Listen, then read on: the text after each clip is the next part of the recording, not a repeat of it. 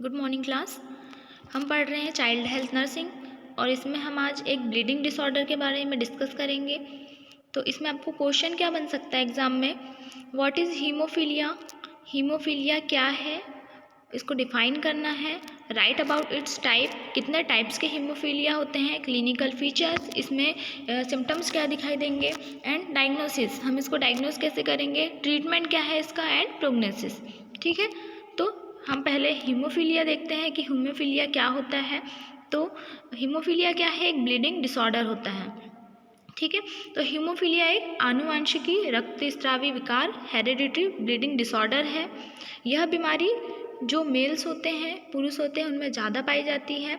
स्त्रियां इस रोग का वहन कैरी करती है। इसमें इन रोग के लक्षण उत्पन्न नहीं होते हैं। ठीक है, तो इतना समझते हैं पहले। फर्स्टली हीमोफीलिया क्या है, नाम से पता चल रहा है ब्लीडिंग डिसऑर्डर है। ठीक है, ब्लीडिंग डिसऑर्डर है और ये मेल्स में ज़्यादा पाया जाता है एज़ कम्पेयर टू फीमेल्स। अब इसका रीज़न क्या है, क्योंकि जो फीमेल्स होती हैं वो उनमें क्या होता है, जो मेंस्ट्रुअल साइकिल चलती है तो उसके थ्रू उनमें ऑलरेडी ब्लीडिंग होती है। तो उसमें क्या होगा, अगर ज़्यादा ब्लीडिंग होगी तो इसमें इस डिसीज़ में जो क्लॉटिंग फैक्टर है वो एब्सेंस होता है। ठीक है, क्लॉटिंग फैक्टर के कमी के कारण क्या होगा, इसमें ब्लीडिंग होती है। ये ब्लीडिंग डिसऑर्डर है। तो अगर क्लॉटिंग फैक्टर अगर प्रेजेंट नहीं होगा, अगर ब्लड क्लॉट नहीं हो पाएगा तो ये फीमेल्स के लिए बहुत रिस्की हो जाएगा और इससे जो उनकी डेथ भी हो सकती है। तो इसलिए ये मेल्स में ज़्यादा पाया जाता है क्योंकि जो फीमेल्स है इसको कैरी करती है। अब इसमें सिम्टम्स जो है कुछ स्टार्टिंग में कुछ सिम्टम्स ऐसे दिखाई नहीं देंगे। अब यह बीमारी माँ से नर संतान मेल ऑफस्प्रिंग में पहुंचती है। इस रोग के रक्त के जमने में ब्लड कोआगुलेशन में प्रवृत्ति में कमी या फिर त्रुटि आती है, जिसकी वजह से चोट लगने पर घाव से रक्त बहता रहता है। देखिए, हमारी बॉडी में टोटल 13 क्लॉटिंग फैक्टर्स पाए जाते हैं, जिसमें से जो 6 नंबर का जो क्लॉटिंग फैक्टर होता है वो एब्सेंस होता है। तो मेनली कितने 12 फैक्टर्स प्रेजेंट होते हैं जो क्या करते हैं, ब्लड को क्लॉट करने का काम करते हैं। तो इसमें क्या होता है, हीमोफीलिया की कंडीशन कब आती है, जब जो क्लॉटिंग फैक्टर्स हैं उसमें कमी आ जाए। ठीक है, मेनली जो क्लॉटिंग फैक्टर जो 8th 9th 11 जो फैक्टर्स हैं उनमें अगर कमी आ जाती है तो क्या होगा, हीमोफीलिया कॉज होता है, जिससे क्या होगा, ब्लीडिंग होती है। तो ये क्या करते हैं फैक्टर्स, उनको कोगुलेट करने का काम करते हैं, ब्लड को कोगुलेट कर देते, जमा देते हैं। तो अगर रक्त का थक्का नहीं जमेगा, ब्लड कोगुलेट नहीं हो पाएगा तो क्या होगा, कंटिन्यू ब्लीडिंग होते रहेगी। अब ये प्रति 10,000 में एक बच्चे को हीमोफीलिया रोग होता है। ठीक है, ये आनुवंशिकी है, तो ये हेरिडिटरी डिसऑर्डर है जो कि पेरेंट्स से जो चाइल्ड है उसमें ट्रांसमिट हो सकता है। अब इसमें टाइप्स देखेंगे कि हीमोफीलिया कितने टाइप्स का होता है। ठीक है, तो इसकी जो डेफिनेशन है वो क्लियर हो गई। हीमोफीलिया क्या होता है, एक ब्लीडिंग डिसऑर्डर होता है, एक रक्त स्रावी विकार है जो कि मेल्स में ज़्यादा देखने मिलता है एज़ कम्पेयर टू फीमेल्स के। इसमें क्या होता है, जो ब्लड कोगुलेटिंग जो फैक्टर्स होता है उसमें कमी आने के कारण क्या होता है, अगर कभी चोट लग जाती है तो जो ब्लड है वो क्लॉट नहीं हो पाता, कंटिन्यू ब्लीडिंग होती रहेगी, जिसको हम हीमोफीलिया कहते हैं। अब टाइप्स ऑफ हीमोफीलिया देखते हैं कि हीमोफीलिया के कितने टाइप्स हैं। तो हीमोफीलिया को रक्त जमाने वाले कारकों की कमी आने पर 3 प्रकारों हीमोफीलिया ए, हीमोफीलिया बी और हीमोफीलिया सी में बांटा गया है। अब यहाँ पे हम 3 टाइप्स के हीमोफीलिया देखेंगे। फर्स्ट है haemophilia A, second haemophilia B and third is haemophilia C. तो फर्स्ट डील करते हैं हम हीमोफीलिया ए। अब ये क्या है, इसे क्लासिकल हीमोफीलिया भी कहते हैं, जो हीमोफीलिया के शिकार रोगियों में 80% पाया जाता है। इस रोगी में रक्त स्कंद कारक जो क्लॉटिंग फैक्टर 8 है उसमें शरीर में कमी होती है। अब देखिए, जो फर्स्ट टाइप का जो हीमोफीलिया है ये क्या है, क्लासिकल हीमोफीलिया होता है, जो कि जो कोगुलेटिंग फैक्टर जो 8 होता है उसकी अगर कमी आ जाती है हमारी बॉडी में तो क्या होगा, क्लॉटिंग नहीं हो पाएगी ब्लड में, जिसके कारण क्या होगा, हीमोफीलिया ए कॉज होगा। और जो 80% जो पेशेंट्स हैं उनमें ये हीमोफीलिया ए देखा गया है। नेक्स्ट जो है टाइप हीमोफीलिया बी। अब हीमोफीलिया बी क्या होता है, इसको क्रिसमस डिसीज़ भी कहते हैं। हीमोफीलिया में यह प्रकार कुल हीमोफीलिया के रोगियों में 15% होती है। यह शरीर के ब्लड क्लॉटिंग फैक्टर 9 की कमी से यह बीमारी होती है। अब जो हीमोफीलिया बी है उसे क्रिसमस डिसीज़ भी कहते हैं। अब ये जो हीमोफीलिया बी है ये कैसे कॉज होगा, जब जो क्लॉटिंग फैक्टर्स है टोटल, उसमें जब क्लॉटिंग फैक्टर 9 की जब कमी आती है तब क्या होता है, हीमोफीलिया बी कॉज होता है। और इसके जो पेशेंट के जो परसेंट देखे गए हैं वो 50% जो पर्सन्स हैं उनमें हीमोफीलिया बी टाइप देखा गया है। अब नेक्स्ट है हीमोफीलिया सी। इस प्रकार की हीमोफीलिया 5% होती है जो ब्लड क्लॉटिंग फैक्टर 11 की कमी से उत्पन्न होती है। अब जो ये हीमोफीलिया टाइप सी है ये भी क्या है, 5% पर्सन्स में देखा गया है। अब ये किसकी कमी से हो रहा है, जो क्लॉटिंग फैक्टर 11 है उसकी अगर कमी आ जाती है तो क्या होगा, ब्लड क्लॉट नहीं हो पाएगा और हीमोफीलिया सी कॉज होगा। अब नेक्स्ट चलते हैं इसके साइनम सिम्टम्स पर। अब क्या साइनम सिम्टम्स होंगे हीमोफीलिया की कंडीशन में, तो हीमोफीलिया के नैदानिक लक्षण ब्लड कोगुलेटिंग फैक्टर की कमी और सीवियरिटी पर निर्भर करते हैं। मतलब जो हीमोफीलिया है उसमें कौन से क्लॉटिंग फैक्टर्स की कमी के कारण हीमोफीलिया कॉज हो रहा है, मतलब कौन से टाइप का हीमोफीलिया कॉज हो रहा है, इसकी सीवियरिटी कितनी है, इस पर डिपेंड करता है इसके सिम्टम्स की, सिम्टम्स कौन से दिखाई देंगे। तो माइल्ड केसेस में माइनर ट्रॉमा के बाद ब्लीडिंग बहुत कम होती है, लेकिन दांत निकलने के बाद क्या होता है, जो टॉन्सिलेक्टोमी के बाद आफ्टर सर्जरी होती है। देखिए अगर माइल्ड केसेस हैं तो इसमें माइनर ट्रॉमा अगर होता है तो अगर एक माइनर ट्रॉमा हुआ, छोटी सी अगर चोट लग जाती है तो क्या होगा, ब्लीडिंग बहुत कम होती है। लेकिन जब बच्चे के जब दांत निकलते हैं आफ्टर डेंटिशन क्या होता है, टॉन्सिलेक्टोमी के बाद आफ्टर सर्जरी होती है। अब जो नवजात शिशु हैं, मतलब जो न्यूबॉर्न बेबीज़ हैं, उनकी अम्बिलिकल कॉर्ड से कुछ दिनों तक रक्तस्राव ब्लीडिंग होता रहता है। बचपन में जो सर्कमसिजन के बाद क्या रक्तस्राव ब्लीडिंग को रोकने में कठिनाई होती है। देखिए जो बच्चे होते हैं, न्यूबॉर्न बेबीज़ की बात कर रहे हैं, तो अम्बिलिकल कॉर्ड से कुछ दिनों तक के क्या होगा, इसमें ब्लीडिंग होती रहेगी। सिम्टम्स है ये हीमोफीलिया के, कि अगर हीमोफीलिया की कंडीशन है अगर बच्चे में तो क्या होगा, अम्बिलिकल कॉर्ड से ब्लीडिंग कंटिन्यू होते रहेगी। इसके बाद जो मोमेडियंस में जो चलता है बच्चों में, जो जिसे खतना कहते हैं, सर्कमसिजन कहते हैं, इसके बाद में भी ब्लीडिंग होते रहती है और इसको रोकने में बहुत प्रॉब्लम्स क्रिएट होती हैं अगर बच्चे को हीमोफीलिया की कंडीशन है तो। ठीक है, हल्की चोट एक माइनर ट्रॉमा में क्या होता है, हेमाटोमा बन जाता है। और जो रक्त संधि होती है, क्या है, हीमेथ्रोसिस जो है, संधि गुहा में रक्त का स्त्राव होता है। और खासकर जो नी होती है, एंकल्स होते हैं और जो जॉइंट्स प्रेजेंट होते हैं, जैसे एल्बो जॉइंट हो गया, तो स्टार्टिंग में क्या होगा, स्वेलिंग आएगी, फिर धीरे धीरे थोड़ा पेन होगा, फिर जो जॉइंट्स है वहाँ पे स्वेलिंग आने लगेगी और डिजनरेटिव चेंजेस होने लगेंगे। ठीक है, मतलब जो जॉइंट्स है वहाँ पर क्या होगा, स्वेलिंग आने लगेगी और वहाँ पे पेन होने लगेगा। ठीक है, फ्लूइड कम हो जाएगा, ये सारे चेंजेस होने लगेंगे। और लास्ट में क्या होगा, जो जोड़ है वो जाम हो जाएगा, मतलब इमोबिलाई हो जाएगा, वो फिर मूवमेंट नहीं कर पाएगा, जो जॉइंट्स वगैरह होंगे वो प्रॉपर मूवमेंट नहीं कर पाएंगे, इसे फिक्स जॉइंट कहते हैं। अब इसमें स्किन भी इफेक्टेड होती है, स्किन जो है प्रभावित होती है, लेकिन इसकी जो रक्त चित्ता जो जिसे पुरपुरा कहते हैं वो डिफरेंस होती है। अब इसमें डायग्नोसिस क्या करेंगे, पहले तो हिस्ट्री लेंगे, खासकर जो मैटरनल अंकल हैं इनमें रोग के होने का इतिहास मिलता है। मतलब हिस्ट्री में देखा गया है कि जो मैटरनल अंकल्स होते हैं उनके थ्रू क्या होता है, ये हिस्ट्री में कलेक्ट किया गया है कि उनके थ्रू ये ट्रांसमिट होता है।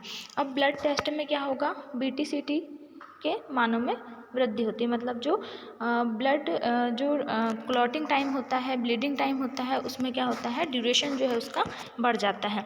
ब्लीडिंग टाइम सामान्य 1 से 3 मिनट से अधिक होना, क्लॉटिंग टाइम सामान्य 3 से 9 मिनट से अधिक होना। मतलब अब ब्लीडिंग टाइम में इसमें क्या होगा, ब्लीडिंग टाइम इसका इंक्रीज़ हो जाएगा। तो नॉर्मली ब्लीडिंग टाइम कितना होता है, 1 to 3 मिनट होता है। तो अगर ब्लीडिंग टाइम 1 to 3 मिनट से ज़्यादा होता है इस कंडीशन में, और जो क्लॉटिंग टाइम है उसका जो क्लॉटिंग टाइम होता है 3 to 9 मिनट होता है। तो क्या होता है, ये टाइमिंग भी बढ़ जाएगा, ब्लीडिंग टाइम भी बढ़ जाता है और क्लॉटिंग टाइम भी बढ़ जाता है, क्योंकि यहाँ पे क्या हो रहा है, क्लॉटिंग फैक्टर्स एब्सेंस हो रहे हैं, उनकी कमी आ रही है, जिस कारण क्या होगा, क्लॉटिंग नहीं हो पाएगी। अब क्या है, प्रोथ्रोम्बिन टाइम रहता है 30 सेकेंड। इसमें क्या दिखाई देगा, जो प्रोथ्रोम्बिन टाइम है वो 30 सेकेंड रहता है, तो वो भी। अब कोगुलेशन फैक्टर टेस्ट, इसमें क्या है, फैक्टर्स जो 8th है, 9th है, 11th के में रक्त में कमी पाई जाती है, मतलब ये जो फैक्टर्स हैं जिसकी कमी के कारण हीमोफीलिया कॉज हो रहा है। तो फैक्टर्स कौन कौन से हैं, जो हीमोफीलिया ए कॉज हो रहा था वो फैक्टर्स जो है क्लॉटिंग फैक्टर 8th की कमी से हो रहा था, और हीमोफीलिया जो बी कॉज हो रहा था वो क्लॉटिंग फैक्टर 9th की कमी से हो रहा था, और जो हीमोफीलिया सी कॉज हो रहा था वो क्लॉटिंग फैक्टर 11th की कमी से हो रहा था। ठीक है, फिर क्या करेंगे, नेक्स्ट डायग्नोसिस, इसमें एक्सरे, जो जॉइंट्स है जॉइंट्स के एक्सरे करेंगे।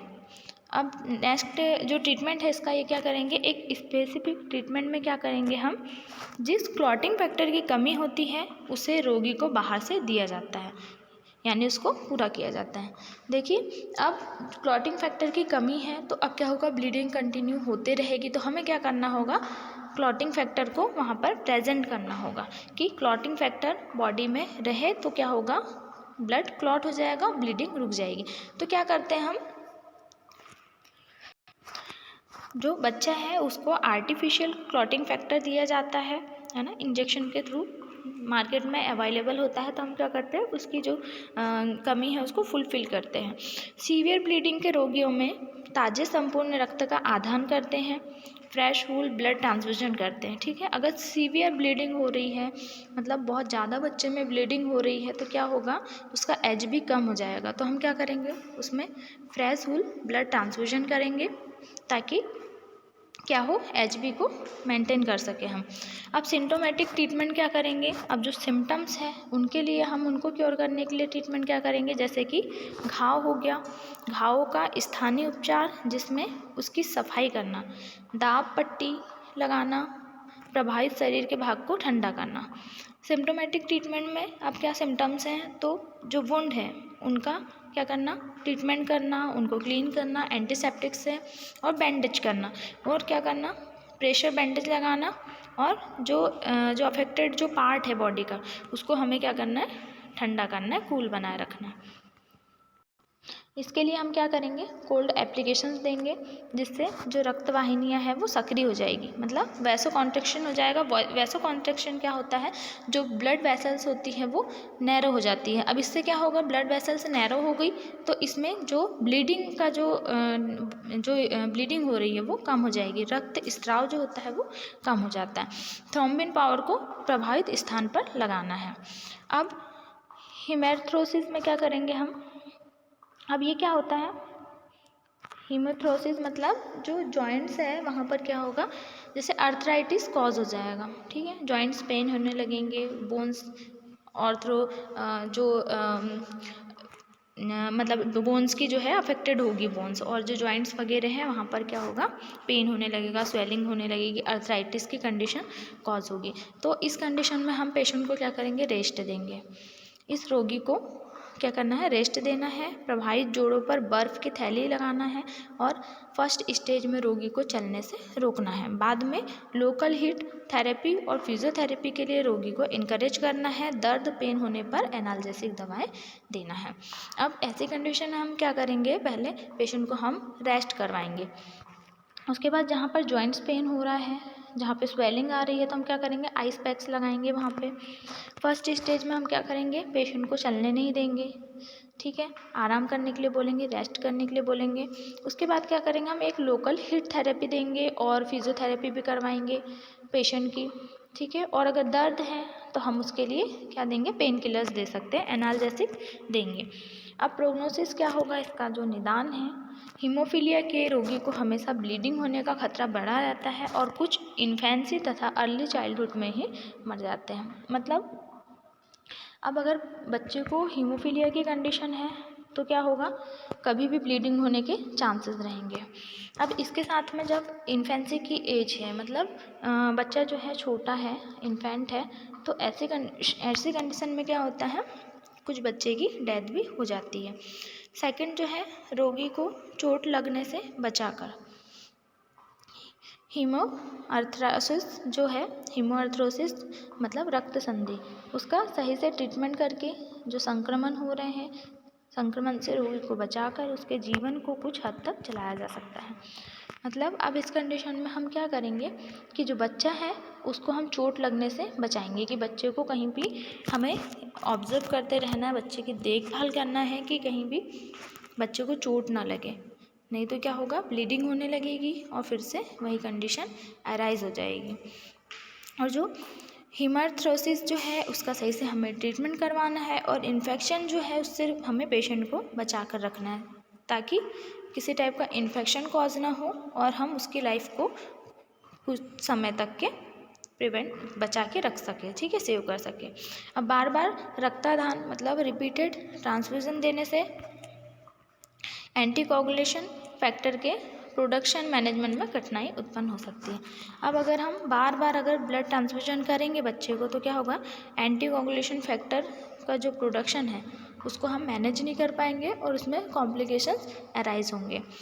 अब psychological support to the parents. अब क्या करना है, पेरेंट्स को इसमें हम साइकोलॉजिकल सपोर्ट देंगे। जेनेटिक काउंसलिंग के लिए माता पिता को तैयार करना है ताकि वो प्रिकॉशन ले सके। अब हमें क्या करना है, उन्हें जेनेटिक काउंसलिंग देनी है, उन्हें क्या करना है, एजुकेट करना है, बच्चे की कंडीशंस के बारे में बताना है, उन्हें सारी चीज़ें हमें समझाना है, ठीक है, और क्या प्रिकॉशंस उन्हें यूज़ करने हैं वो भी हमें डिटेल में उन्हें बताना है। रोगी को बेड क्रेडल देना चाहिए ताकि दर्द युक्त संधियों, पेनफुल जॉइंट्स का दबाव न पड़े, ठीक है। बेड क्रेडल क्या होता है, जो कि जो पेशेंट होते हैं बर्न वाले, उनमें ये लगाया जाता है ताकि कहीं पर उन्हें, जैसे अगर ब्लैंकेट अगर उन्हें दे दिया जाए, ब्लैंकेट डाल दिया जाए ऊपर, तो क्या है, वो जहाँ पर उन्हें बर्निंग जहाँ पे हुई है वहाँ पर क्या होगा, उन्हें पेन होगा और साथ में इन्फेक्शन भी होगा। तो इससे बचाने के लिए क्या करते हैं, उनको बेड क्रेडल लगाया जाता है। तो हम ऐसी कंडीशन में क्या करेंगे, बच्चे को भी बेड क्रेडल लगाएंगे ताकि जहाँ पे पेन हो रहा है जिन जॉइंट्स पे, वहाँ पर कोई प्रेशर ना पड़े।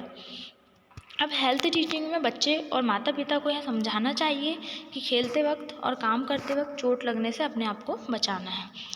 अब हमें उन्हें टीचिंग देनी है, हेल्थ टीचिंग देनी है, एजुकेट करना है कि आपको क्या करना है, आपको बच्चे की देखभाल करनी है, आपको बच्चे को कहीं भी चोट लगने से बचाना है और अपने आप को भी बचाना है। अब बच्चे को एस्पिरिन नहीं देनी चाहिए। बच्चे को मोटापे या भारी अधिक होने पर ओवरवेट से बचाने के लिए प्रॉपर डाइट लेने के बारे में बताना चाहिए। हमें क्या करना है, जो एस्पिरिन मेडिकेशन है उसको क्या करना है, कॉन्ट्राइंडिकेट करना है। अगर बच्चा अगर ओवरवेट का है या ज़्यादा हैवी है तो हमें क्या है, उसे प्रॉपर डाइट लेने के बारे में बताना है। तो हमने आज हीमोफीलिया की कंडीशन पढ़ी, इसको हम शॉर्ट में एक बार रिवाइज कर लेते हैं ताकि और अच्छे से समझ में आ जाए। तो हमने डेफिनेशन क्या देखी हीमोफीलिया की, ये एक ब्लीडिंग डिसऑर्डर होता है जो कि मेल्स में ज़्यादा पाया जाता है एज़ कम्पेयर टू फीमेल्स, क्योंकि जो फीमेल्स है उनको ऑलरेडी मेंस्ट्रुअल साइकिल चलता है, ब्लीडिंग होती है। तो अगर ऐसे कंडीशन में क्या होगा, ज़्यादा ब्लीडिंग होगी, क्लॉटिंग फैक्टर एब्सेंस होगा, क्योंकि हीमोफीलिया क्लॉटिंग फैक्टर एब्सेंस होने के कारण कॉज होता है। तो क्या होगा, ये फीमेल्स के लिए बहुत रिस्की हो जाएगा। तो जो ये हीमोफीलिया है ये किस लिए कॉज होता है कि हमारी बॉडी में कितने 13 जो क्लॉटिंग फैक्टर प्रेजेंट होते हैं, जिसमें 6 नंबर का है वो एब्सेंट होता है। तो हम मानते हैं टोटली जो 12 क्लॉटिंग फैक्टर एब्सेंस है उसमें जो फैक्टर्स जो क्लॉटिंग फैक्टर्स हैं उनमें कमी आ जाती है, जिसके कारण क्या होगा, कमी आने के कारण क्लॉटिंग फैक्टर में कमी आती है तो ब्लीडिंग कंटिन्यू होते रहेगी। अगर कहीं चोट लग जाएगी बच्चे को, बच्चा कहीं फॉल हो जाता है या कहीं इंजरी हो जाती है, तो जिससे क्या होगा, बच्चे को अगर ब्लीडिंग हो रही है, क्लॉटिंग फैक्टर एब्सेंस रहेगा तो कंटिन्यू ब्लीडिंग होते रहेगी, ठीक है। रक्त का थक्का नहीं बनेगा तो ब्लीडिंग नहीं रुकेगी, जिसको हम हीमोफीलिया की कंडीशन कहते हैं। अब टाइप्स ऑफ हीमोफीलिया में हमने देखा 3 टाइप्स के हीमोफीलिया। हीमोफीलिया ए देखा जिसको हम क्लासिकल हीमोफीलिया कहते हैं। ये 80% जो चिल्ड्रंस हैं उनमें पाया जाता है और ये किसकी कमी से होता है, जो क्लॉटिंग फैक्टर 8 है उसकी कमी जब हमारी बॉडी में हो जाती है तो ये कॉज होता है। सेकेंड हमने देखा हीमोफीलिया बी, जिसको हम क्रिसमस डिसीज़ भी कहते हैं। ये 50% जो रोगी है उनमें देखा गया है, और ये किसकी कमी से होता है? जो क्लॉटिंग फैक्टर जो 9th होता है उसकी कमी अगर बॉडी में होती है तो हीमोफीलिया बी कॉज होगा। अब हीमोफीलिया सी की कंडीशन कब होगी? जब जो क्लॉटिंग फैक्टर 11 है उसकी अगर कमी हो जाती है तो हीमोफीलिया सी कॉज होगा। ये मेनली 5% देखा गया है। अब इसमें सिम्टम्स क्या होंगे? जब हीमोफीलिया की कंडीशन होगी, मतलब ब्लीडिंग कंटिन्यू होगी, तो कुछ सिम्टम्स दिखाई देंगे, तो इसकी सीवियरिटी के अकॉर्डिंग इसके सिम्टम्स शो होंगे। तो माइल्ड केसेस में क्या होगा? अगर कुछ माइनर ट्रॉमा हो गया, इंजरी हो गई, नॉर्मली अगर छोटी सी चोट लगती है तो ब्लीडिंग कम होगी। उसके बाद अगर जैसे जो बच्चे के अगर दांत निकल रहे हैं, है ना, आफ्टर डेंटिशन या टॉन्सिलेक्टोमी के बाद क्या होगा? आफ्टर सर्जरी के बाद ब्लीडिंग बहुत होगी। अब जो न्यूबॉर्न बेबीज़ हैं उनमें अम्बिलिकल कॉर्ड से कुछ टाइम तक के क्या होगा? कुछ दिनों तक के ब्लीडिंग कंटिन्यू होते रहेगी। और अगर बच्चे का जैसे जो रिलीजन है, मोमेडियन जो रिलीजन है उनमें चलता है सर्कमसिजन, तो इसके बाद में क्या होगा? बच्चे को कंटिन्यू ब्लीडिंग होते रहेगी, और ऐसे में कॉम्प्लिकेशंस अराइज होंगे, उस ब्लीडिंग को स्टॉप करना बहुत मुश्किल हो जाएगा। अब फिर माइनर ट्रॉमा में क्या होगा? हेमाटोमा बन जाता है, और जो हेमरथ्रोसिस जो है इसमें क्या होगा? ब्लीडिंग कहाँ से निकलने लगेगी? जो जॉइंट्स है, जॉइंट्स में जो क्या होगा? जो कैविटी है, जॉइंट कैविटी है, वहाँ से क्या होगा? ब्लीडिंग निकलने लगेगी। खासकर जो नी जॉइंट्स है, एंकल जॉइंट है, एल्बो जॉइंट से वहाँ से क्या होगा? ब्लीडिंग होने लगेगी। अब इसमें क्या होगा? स्टार्टिंग में पहले स्वेलिंग होगी, फिर पेन होगा, उसके बाद में क्या होगा? जो डिजनरेटिव चेंजेस है वो एराइज होने लगेंगे, और लास्ट में क्या होगा? जो जॉइंट्स होंगे वो इमोबिलाइज हो जाएंगे। अब इसमें जो जॉइंट्स है वो काम करना बंद कर देंगे और जाम हो जाएंगे, जिसको हम फिक्स जॉइंट कहते हैं, मतलब फिक्स हो जाएंगे ये, ठीक है। मूवमेंट नहीं हो पाएगा, जैसे पैरों में अगर हुआ नी जॉइंट में तो इसका मूवमेंट नहीं हो पाएगा। इससे स्किन्स भी अफेक्टेड होगी। अब इसमें डायग्नोसिस में क्या है? पहले तो हिस्ट्री लेना है, ठीक है। मैटरनल अंकल में जो है इसमें हिस्ट्री देखी गई है। अब ब्लड टेस्ट में हम ब्लीडिंग टाइम देखेंगे, क्लॉटिंग टाइम देखेंगे, तो इनमें क्या होगा? ब्लीडिंग टाइम भी बढ़ जाएगा क्योंकि क्लॉटिंग फैक्टर एब्सेंस है, और क्लॉटिंग टाइम भी बढ़ जाएगा। अब प्रोथ्रोम्बिन टाइम जो है वो नॉर्मल रहता है 30 सेकेंड। कोगुलेशन फैक्टर जो है फैक्टर 8, 9 और 11 की जब डेफिशिएंसी होती है तब क्या होगा? ये डिसीज़ कॉज होगी। और एक्सरे करेंगे हम जॉइंट्स के लिए। अब ट्रीटमेंट क्या करेंगे? एक स्पेसिफिक ट्रीटमेंट करेंगे जिस क्लॉटिंग फैक्टर की कमी है, जिसके कारण किस टाइप का हीमोफीलिया कॉज हो रहा है, हीमोफीलिया ए कॉज हो रहा है, बी, सी कॉज हो रहा है, तो जिस क्लॉटिंग फैक्टर की कमी है हम उसे क्या करेंगे? आर्टिफिशियल क्लॉटिंग फैक्टर इंसर्ट करेंगे उसकी बॉडी में। अब सीवियर ब्लीडिंग के कंडीशन में क्या करेंगे हम? जो HB है बच्चे का बहुत कम हो जाएगा। ऐसी कंडीशन में क्या होगा? बहुत रिस्की जो कंडीशन होगी वो अराइज होगी, तो ऐसी कंडीशन में क्या करेंगे? हम बच्चे को एक फ्रेश ब्लड ट्रांसफ्यूजन करवाएंगे।